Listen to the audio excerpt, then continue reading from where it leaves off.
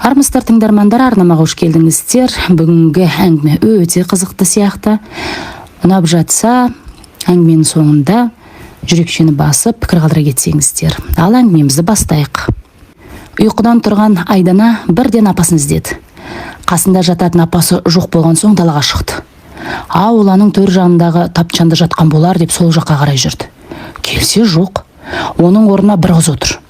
Шаштарын жалбыратып жіберіп тастаған, көйлегінің етегін түріп алып қайта төмен тартады. Өзі бірдеңке айтып отыр ма, аңылдаған дауыс шығады. Қасына жақындаған Айдананы байқамады. Апам қайда дегенде бірақ жалт қарады. Оның оқыс қимылынан Айдана шошып қалды. Апа деп артқа бұрыла сала жүгірді. Отырған қыз бір түрлі дауыспен шиқылдай бұның қашқанын қызықтап күлді. Айдананың дауысын естіді ме апасы? Ау жаным, ботақан, не болды? Деді айдаладан айғайлап. Апа деп Айдана шырылдап жылап апасының екі бұтының ортасына кіріп кетті. Тапчанда екеуіне қарап күліп отырған қызды көріп апасы: "О, жаратқан ем, сақтай көр, шошып қалған екен ғой", деп Айдананы көтеріп алды. "Қорықпа ботам, мен осындамын", деп жұбатып жатыр. Қыз болса өксігін бас алмай әлі жылап тұр. Тапчан жаққа қарап қояды. Жамал 3 жасар қызды көтеріп тапчанға келді. Бір шетіне жайғасып отырып жатып: "Қорықпа, бұл Рабиға тәтең ғой". "Рабиға, бұл біздің Айдана", деді Рабиғаға қарап. Рабиғасы бірақ ештеңке демеді. Бұларға әлі күліп қарап тұр. Күлгені де қызық, басқаша. Күлгенде барлық түстері көрініп, түрі өзгеріп, сүйкімсіз болып кетеді. Көйлегінің етегімен алысып әлі отыр. Жоғары көтереді де қайта төмен тартады. Айдананың Рабиғамен танысуы осылай басталды.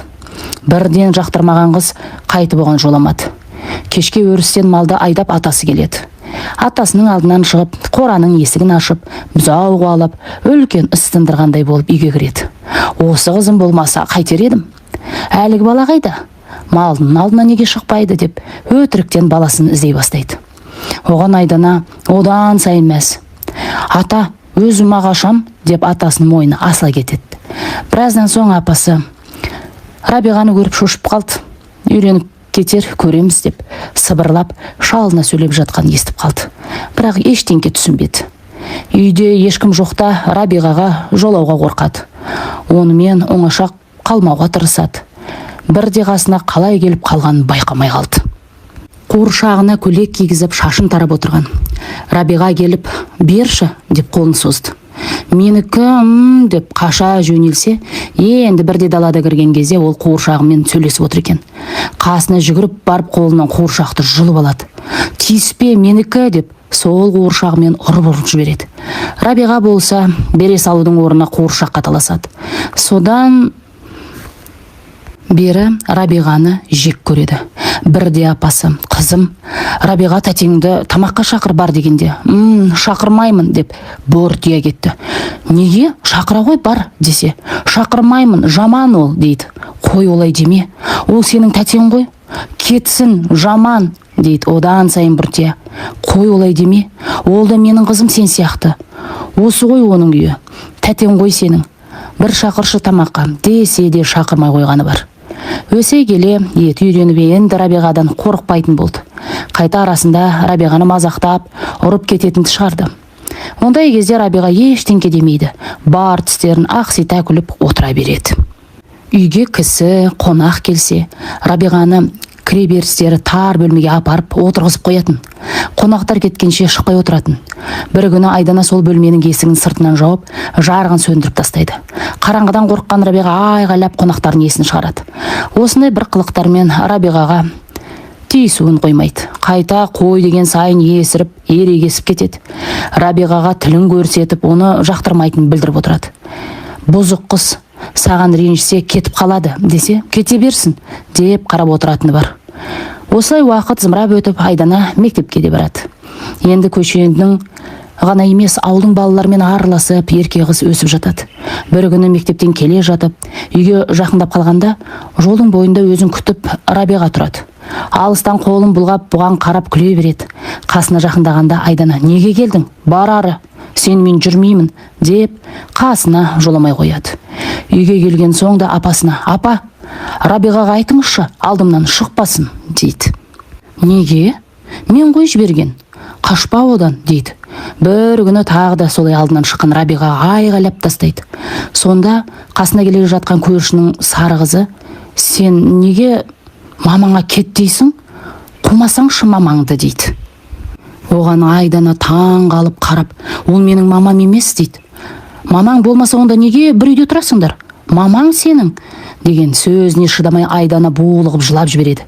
Екі көзінен жас парлап ағып үйіне жүгіріп кіреді. Есіктен кіргеннен сөмкесін лақтырып жіберіп төсегіне барып құлайды. Аңырап жылап жатқан қызын көріп Жамал келеді. Не болды қызым? Кім саған тиіскен? дейді. Айдананың басын өзінен бұрып: апа, ол менің мамам емес, дейді дауысын ығыздап. Не дейді? Кімді айтасың? Шолпан Рабиға сенің мамаң деді. Ол менің мамам емес, дейді тағы айталап.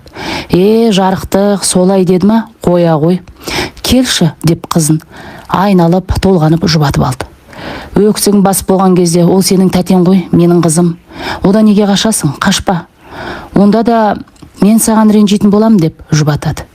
Рабиға сенің мамаң, Рабиғаның қызы деген сөздерді кейін тағы да еститін болады. Естіген сайын Рабиғаға жын ұстайтын. Өйткені Рабиғаның есі дұрыс емес. Тістерін көрсетіп ыржыңдап күле береді. Үйде түк жұмыс істемейді. Бір жерде отырған қалып отыра береді. Кейде өзімен өзі сөйлеп отырады. Тамақ ішкенде төгіп, шашып, кейде бұтына жіберіп қояды. Кейде айғайлап қолына түскен заттарды лақтыратыны бар. Ондай ауру адам Айдананың мамасы болуы мүмкін емес. Айдана туғаннан әкесі мен мамасын көрген емес. Сонда да мамасын көз алдына елестетіп, сұлу шаштары жиылған, әдемі көйлек киген әйелді көретін. Апа, Рабиға кетсінші біздің үйден, дейді апасына бұртиып. Қой, олай деме, ол менің қызым, сенің мамаң, дейді. Бір күні апасы шыдамаған болса керек айтып салады. Оның бұл сөзіне Айдана сенгісі келмейді. Ол алыстан өзін іздеп келетін сұлу әйелді ойынан жібергісі келмей жылайды. Апасының сөзі ауыр тиіп, көңілі жабырқап жүреді. Сол жылы атасы ауырып қайтыс болады. Жалғыз қалған Жамалдың бір жылдан соң ұлы үйленіп, үйге келін келеді. Келіні басында жақсы, ылпылдап, енесінің көңілінен шығып жүреді. Жүре келе балалы болып, есін жиған соң мінезін көрсете бастайды. Жандосқа: ауылда не бар? Осылай көміліп отыра береміз бе? Елдің барлығы қалада, бізде барып көтерілейік, деп қылқылдап жүріп Жандосты қалаға алып кетеді. Енді үйде Жамал, Рабиға мен Айдана үшеуі ғана қалады. Айдана болса Рабиғаны анам деп әлі қабылдамай жүреді. Бала кезден қалыптасып қалған мінез Рабиғаға жекіп сөйлеп, айғайлап ұрсатын шығарған. Мұндай кезде апасы жылап қалады. Кетемін мен. Осыдан мектеп бітірейін, қалаға кетемін, деп қояды арасында. Төменгі сыныпта оқығанда балалар жындының қызы, мамасы жынды деген мазақ сөздерді естіп өскен мінезі тұйықталып кетеді. Өсе келе ол сөздер айтылмаса да көңілі далада кеткісі келіп тұратын болды. Сондай көңілсіз күндердің бірінде: апа, Рабиға неге ауыр болып қалған? Ауыратыны бар, мені неге туады, деп сұрайды. Апасы көзінің жасын бір сүртіп алып: Рабиғам өте сұлу, ақылды қыз болған. Мектеп бітіргенде артынан жігіттер көп жүгіретін. Мектеп бітіріп Алматыға оқуға түсем деп армандайтын. Оған жеткізбей, мектепті бітіре сала, сенің әкең бір күні алып қашты. Басында барлығы жақсы, той жасалып бақытты өмір сүрді. Көз тиді ме, біреу дұға салды ма білмеймін. Сен әлі бір жасқа толмағансың. Мені құдағи қызың ауырып қалды деп шақырып алды. Барсам Рабиғамды танымай қалдым. Көз жанары сөнген, өзіне ұқсамайды. Себепсіз күле береді. Содан апармаған, емдетпеген жерім қалмады. Басында жақсы болған сияқты болды. Жарты жылға толмай құдағи әкеліп тастады. Қыздарың өздеріңе аманат, менің баламның бағым байламасын. Өздерің емдеп алыңдар, деді. Үйге келген соң да жөнделмеді. Қазақшалап та молдаға да апардым. Бір күні сен жылап қоймадың. Сені көтеріп жұбатып отырған. Сен көне қоймаған соң ашуланып сені лақтырып жіберді. Сен оңбай жерге құлап, көгеріп өліп қалар жаздадың. Содан Алматыға апарып жатқыздық. Дәрігерлердің айтуы бойынша зейнетақысын жасаттық. Ол үйге қайтып келгенде сен 3 жаста едің. Анаңа қатал болмасаңшы. Ол бұл ауруды Құдайдан сұрап алған жоқ қой. Қайтейін енді? Гүлдей жайнап өскен қызым еді. Кімнің көзі тиді, не болды? Бір шипасы болмады, деп ана жүрегі қарсы айырылды. Менің әкемше қайтып келмеді ме? Келмеді. Қайта үйленіп алған дегенді естідік. Қазір бала шағасы бар. Мені сонда мүлдем іздемеді ме? Жоқ, іздемеді. Әкеңді іздеп барайын деп пе едің? Жоқ. Мені керек қылмаған адамды қайтемін. Қазір шамам бар, бірақ шайтан болып кетпеймін ғой. Мен кеткеннен кейін анаңа бас көз бол. Сенен басқа кімге айтамын? Ана ағаңның жағдайын өзің білесің, қатынның сөзінен аспайды, деп жылап біраз отырды. 9 сыныпты бітіре сала Алматыға оқуға кетеді. Ауылда жүруге, мектепте оқуға құлқы болмайды. Алматы колледждерінің біріне оқуға түсіп, жатақханадан орын алады. Демалыс күндері апасына барып тұрады. Сондай күндердің бірінде ауылға келсе, ағасы мен жеңгесі балалармен үйде жүр екен. Кетіп бара жатып жеңгесі: ерке қыз, жігітің бар ма? Алматыда жігіт көп, абайлап жүр дейді. Қойыңызшы, қайдағы жігіт? Оқуымды бітіруім керек әлі. Сонда да сен байқа, жігітің ата-анаңмен танысамын десе қайтесің? Рабиғамен таныстырасың ба? Дейді қуланып. Шынымен де бұрын бұл жағдайды ойлап көрмепті. Шешесі ауру қызды кім алады? Бірден ашуға булыққан ол: менде не шаруаңыз бар? Уақыты келгенде көрем деп баж ете қалады. Ой, бұл не болды сонша бажылдап? Мен сені ойлаған жазығым бар ма? Шешеңе ұқсап барасың ба не өзі? Деп шығып барады. Ашу қысқан Айдана жылап бөлмесіне кіріп кетеді. Барлығын естіп отырған Жамал: осылар неге тыныш келіп тыныш кетпейді екен деп сөйлеп жатыр. Шынымен де ауылда бірде-бір жігіт өзіне сөз айтып көрмеген емес. Аядай ауылда бұның кімнің қызы екенін елдің барлығы білетін. Айдана өзі де мінезі тұйық болып өскен соң ешкіммен араласпайтын. Тіпті бұл ауылда құрбысы да жоқ. Колледждің соңғы курсында жүрген кезінде Жантаспен танысады. Екеуі аялдамада автобус күтіп тұрады. Байқаса, екеуі осы аялдамада бір уақытта күнде отырады екен. Жантас ауылдың баласы. Бір көргенде тәрбиесі жақсы, қарапайым бала. Екеуі бірге қыдырып, киноға барып, кешті бірге өткізіп жүреді. Оқуды бітірген соң сені ауылға алып кетемін. Ауылда жұмыс табылады, қорықпа. Үнім үйге қыз әкелгенше ата-анамызбен бірге тұрамыз.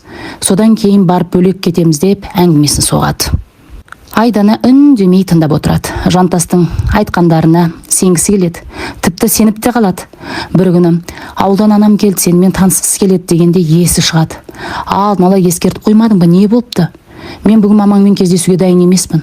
Қандай дайындық керек? Білмеймін ғой, дұрыстап киініп, шашымды жөндеп. Сен онсыз да әдемісің. Айтып үлгермедім, аяқ астынан келді, деді. Айдананың өзінің пәтеріне алып барады. Анасы кәдімгі ауылдың әйелі, қарапайым адам екен. Дей тұрғанмен сөйлесіп отырып сұрақтың астына алды. Колледжді бітірген соң оқуға түсетін ойың бар ма?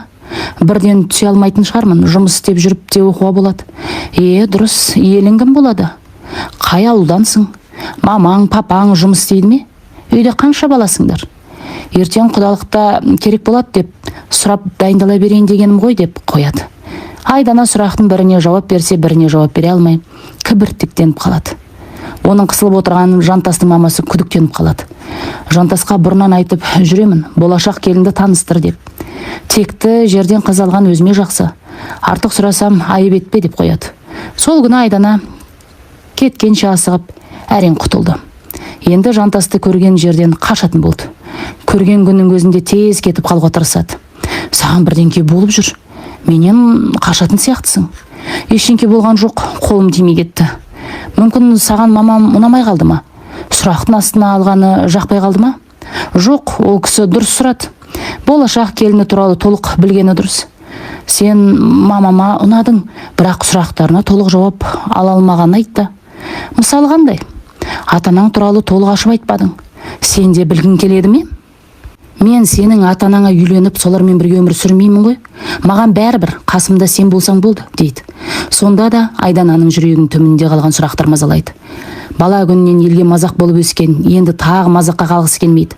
Уақыт өте келе Жантаспен кездесуін сиректетеді. Соңында мүлдем Жантаспен кездеспей қояды. Жантас та жанғаннан шаршады да қудаламады. Осы сәтсіздіктен соң жігітпен сөйлесу, күйеуге шығу деген әңгімені ұмытады. Қасында құрбылары, өзімен жастылар үйленіп, балалы шағалы болып жатады. Айдана жұмысын іздеп, жалғыз жүріп жатады.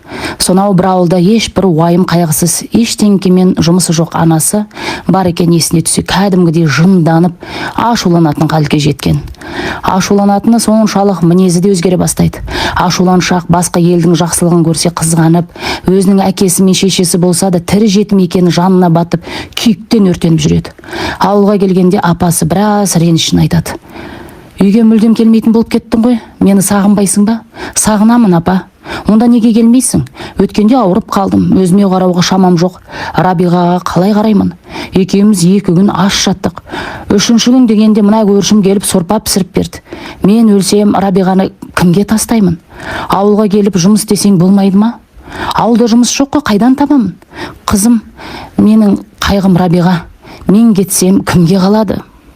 Сонда мен қараймын ба? Дегенде Жамал көздер бақырайып түсінбей қарады. Апа, менің жасым қаншада білесіз бе? Мен 28-ге келдім. Мен жастардың барлығы үйленіп балалы шағалы болып алды. Мен неге күйеуге шықпай жүрсің деп сұрамайсың? Осы Рабиға үшін. Әкең кім, шешең кім деп сұрайды елдің барлығы. Жек көремін Рабиғаны. Одан да бұл дүниеге келмеген артық ет деп бөлмені басына көтере. Ышқына айғалап, 2 көзінің соғырасы ағып, қолдар дір-дір етеді. Мұндайды күтпеген Жамал есі шығып, не істерін білмей қалады. 2 қызының қандай қасіретке тап болғанын қазір түсінгендей, түрі сұрланып, қаны басына шығады. Айдана үйден кеткенше сөйлемей теріс қарап жатып алады. Айдана ауылға қайтып барса, Рабиға өзіне жабысып қалатындай көрді ма, ауылға қайтып бармай қойды. Жамал соңғы кездері жиі ауыратын болды. Баласы Дархан үйіне бір келгенде, балам, ауылға қайтсаңшы, менің жағдайымды көріп тұрсың. Өлімнен қорықпаймын, мына әпкең маған қайғы болды. Өлерімде тыныш кетейін, мына әпкең саған аманат, далаға тастама, дейді. Сөзге араласқан келін, апа, қазір не көп? Осындай адамдарды қарайтын мекеме көп. Өзінің зейнетақысын берсеңіз бағып береді ғой, деді іздейіп. Сенің осылай айтқанынан қорқып едім, деді өмірден түңіліп. Апа, сіз тегі қазір кетіп бара жатқандай болдыңыз ғой. Бірдеңкесі болар, неге уайымдай бересіз? Уақытында көреміз, деп Дархан құтылады. Айдана енді жұмыс істеп жүріп күйеуге қайткен күнде шығудың жолын қарастыра бастайды. Сөйтіп жүріп ажырасқан, өзінен көп жас үлкен Қайыржанға тиіп алады. Қайыржанның әке шешесі жоқ, ертеректе қайтыс болған. Бірақ бір енесіне татарлықтай 2 қайынәпкелер болады. Қайыржанның ешкіммен жұмысы жоқ, ағасы мен жеңгесі бұлардың өміріне араласпайды. 1 жылдан соң Айдана ұлды болады. Сыпылдаған қайынәпкесі жиынын көруге төркіндерін келмейді ма? Көріндік алмайтын болдық қой, дейді Қайыржанға қарап. Төркінге өзіміз барып келеміз, сендерді қайтеміз, дейді ол. Аздап шімдікке әуестігі бар Қайыржан енді сөз арасында сенің шынымен де артыңнан келетін адамың жоқ па деп сұрап қоймайды. Бар, неге жоқ? Апам бар, аға жеңгем бар, келеді бұйыртса деп құтылады. Апасының келуге шамасы жоқ, өзіне ренжігені тағы бар. Айдананы іздеп келмейді. Өзі келмесе де Дарханға, Айдана ұлды болыпты, артынан іздеп барсаң қайтер еді деп баласын жібереді. Дархан әйелі екеуі Айданаға құтты болсын айтуға келгенде, Айдананың қайынәпкелері де келіп алады. Қонақтарды күтіп, жақсы тілектер айтылады. Сыпылдаған қайынәпкесі құдағи деп жүріп, Айдананың ағасы мен жеңгесін ащы суға әбден тойдырады. Ол ащы судың адам сөйлететін әдеті бар. Жеңгесі бір оңашада Айдананың әкесімен Рабиға туралы айтып салады. Жынды оның анасы. 2-3 жылда бір жатып шығады, кәдімгі ауру зейнетақысын алады. Айдана туғаннан сондай, апасының қолында өскен бұл қыз. Дегенде қайын әпкесінің көздері бақырайып, киімнің жағасын ұстап қала береді. Келесі күні таң атпастан Қайыржанның үйіне келіп алған әпкесі жерден 7 қоян тапқандай естіген әпкесін айтып береді. Өзі бесікте жатқан балаға қарап қояды. Бұл бәле тұқым қуаламайды ма екен? Бұл қатынға бала таптыртпай енді пәлесінен аулақ деп екеуінің ортасына от жағып кетеді. Сол күннен бастап Қайыржан ішкен күні Айданаға күн көрсетпейтін болады. Екеуі ырылдасып жүріп, көмке шыдамаған Айдана баласын алып Қайыржаннан кетіп қалады. Ауылға келгенде апасы әбден қартайған, бөлмесінде ғана жүруге шамасы бар. Рабиға да бұрынғыдағыдай емес, біраз жасқа келген, басылып қалыпты. Дархан ағам неге сізді өзімен бірге алып кетпейді? Оның үйінде маған ғана орны бар. Мен бірақ ол үйге жалғыз бармаймын, дейді. Сен де анаңды керек қылмайсың. Ол сенің туған анаң. Бұл ауруын ол сұрап алған жоқ. Сен анаңнан қашқан сайын Алла сені жібермейді. Көрдің бе, айналып қайтып келдің. Анаңды қабылдаған күні сенің бағың ашылады. Оған дейін бақытты боламын деп ойламай-ақ қой. Менің саған беретін батам осы, деп қарт апасы ашуланып сөйлейді. Айдананың бірақ жүрегі жібермейді. Өміріндегі барлық сәтсіздіктерін Рабиғадан көреді. Түн ортасында ыңырсып жатқан дауысты естиді. Орнынан тұрып сыртқа шықса, Рабиға әлі жатпаған екен. Қолындағы шыбығымен жер сабалап отыр. Бірден ашуы келген Айдана: неге жатпайсың? Бар жат, деп зекіп. Рабиға бұғын қарамайды. Жат деймін, садам. Адамға ұйқы бер, деп иығынан жұлқып қалады. Рабиға басын көтеріп ыржия бір қарайды.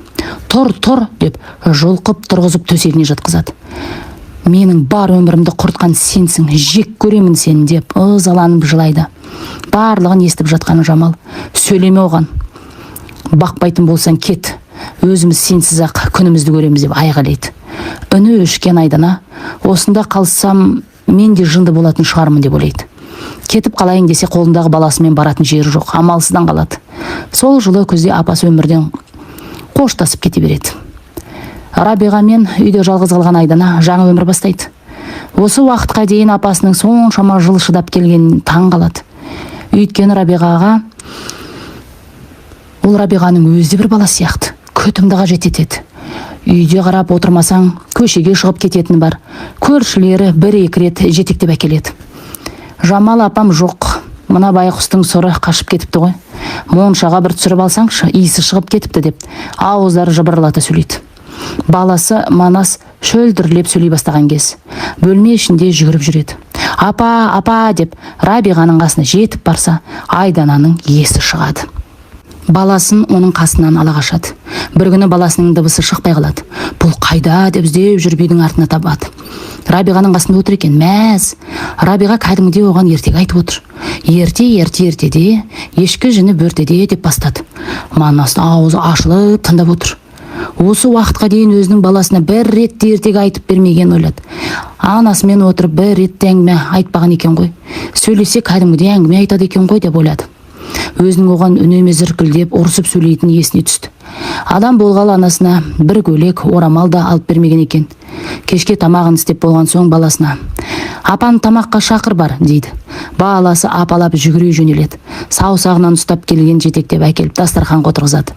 Алдына тамағын беріп жатып: ас болсын, дейді. Рахмет, қызым, дейді Рабиға. Шешесінің өзіне сөйлегенін тұңғыш рет естиді. Мүмкін бұрын талай сөйлеген де шығар, бірақ өзі тыңдағысы келмеген шығар. Үшеуі отырып кешкі асын ішті. Демалыс күндерінің бірінде ағасы мен жеңгесі келеді. Апамның басына барып Құран оқытып келейік. Құлыптасын көтеру керек. Өзіне қандай көмек керек, дейді. Рахмет, күнімізді көріп жатырмыз. Қысқы отын түсіріп берсеңіз болды. Рабиға мазаңды алып жүрген жоқ па? Жоқ, тіл табыстық. Көрініп тұр, жағдайың жаман емес сияқты, деп сөзге жеңгесі араласты. Рабиғаны өткізіп тастайтын шығар деп ойлаған едім. Өткізбей-ақ өзің бағып отыр екенсің, деді. Апамның аманаты кеткенше табыстап кетті. Анамнан безбейтін шығармын, деді көзін аларта. Ағасы мен жеңгесі кеткен соң тапжанда отырып ұйықтап кетіпті. Қасында біреудің жүргенін байқады. Жаймен қараса, анасы көрпемен үстін жауып жатыр екен. Өзі Манас, деп Манасты іздеп кетті. Көшеге шығып кеткен Манасты аулаға кіргізді. Апа, су ішемін, су, дейді бала. Су? Қазір, деп суға барады. Осыншама жылдар апасы мен анасы екеу осылай бір-біріне тірек болған екен ғой, деп ойлайды. Елдер жынды дегенге өзінің де анасының жындыға санап келгеніне жын ұстайды. Осылай арада бір жыл өтеді. Бір күні үйлеріне Қайыржан келеді. Кешір, мен ақмақ болыппын. Сенен кейін де бір үйлендім, ол да кетіп қалды. Арамызда бірақ бала болмады. Қайта үйленіп жүріп абырой таппадым. Балама келдім, саған келдім. Қайта қосылайық, дейді. Қайтесің мені? Мен жынды, ауру адамның қызымын. Әне бағып отырмын. Тұқымыңды бұзасың, абайла, дейді ашуланып. Мойындаймын, менен қателік кетті. Бұл дүниеде кім ауырмайды? Анамды екеулеп бағамыз. Маған бала, отбасым керек, деп кетпей жағалап жүріп алады. Айдана бір шетінен баласы үшін риза болады. Өзінің әкесі бір ретте артынан іздеп келген емес. Балам деп тұрған адамды несіне қуады? Қайыржанды кешіріп екеуі бірге өмір сүре бастайды. Бұл Айдананың өмірінің келесі бір белесі еді. Ауыл адамдары да қызық. Бала күнінде жындының қызы, шешесі ауру деп мазақтаушы еді. Енді анасын бағып отыр, адасқан қыз қайтып келді деп әңгіме соғатын болды. Тек Рабиға ғана өз әлемінде өмір сүріп жатыр. Оған бәрі бір, кім не десе де қайғырмайды. Ағаштың түбінде Манаспен бірге бала болып ойнап отыр. Ал әңгіменің соңы. Әңгіме ұнап жатса, лайк басып, пікір қалдыра кетіңіздер. Рахмет.